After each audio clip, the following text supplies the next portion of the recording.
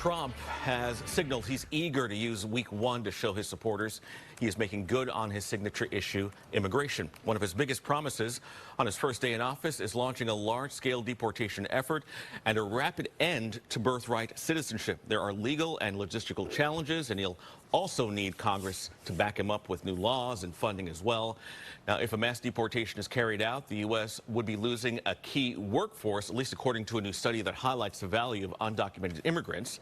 The Institute on Taxation and Economic Policy is a nonprofit think tank examining tax issues. The group reports undocumented immigrants contributed in 2022 nearly $100 billion in federal, state, and local taxes, including $8.5 billion in California.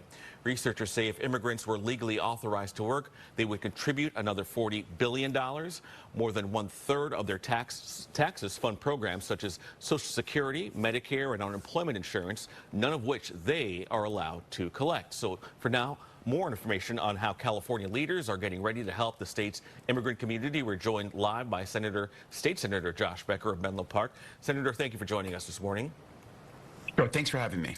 So first, let's start with the event that's happening later today. Tell us about what is happening at Manny's in San Francisco. There's going to be a big gathering there to discuss this very issue. Sure. At Manny's, we'll be a gathering to both learn from the past, learn from the history, including the mass deportation, the Mexican repatriation of the 30s, and then prepare for the future. Listen, I don't know what's next on Trump's agenda. I do know that this country was built on the backs of immigrants. Irish immigrants, Chinese, Jewish, Mexican, Italian, my grandparents, maybe your relatives as well. And we are that melting pot that our forefathers talked about and worked for. So, I understand we can't have unchecked immigration. I understand people's concerns, and ultimately we need a comprehensive plan. But to your report, we also can't afford a reactive and destructive mass deportation policy, especially when children are involved.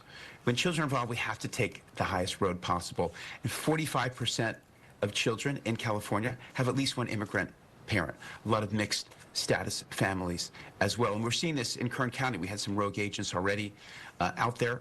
And the next day, the citrus crop started to rot. 75% of people didn't show up. I was talking to a colleague about two men who were taken from the fields. Each have 3 children. And they were, the dads were deported. And if that's not generational trauma, I don't know what is. So we have to find some way to protect the people that are here, committed, that are working, and learn from the history. I hold a vision we can learn from the history, learn from that documented history of that mass deportation that failed in the 30s, that we needed people back here in our country, and that we learn from the past. So what are tangible ideas to help the immigrant community, particularly here in California, who are hearing what the president is saying, and others as well, his supporters are saying about this mass deportation effort, and the new border czar that's going to be pushing for this? How do you combat that in the minds of the immigrants that work here in California?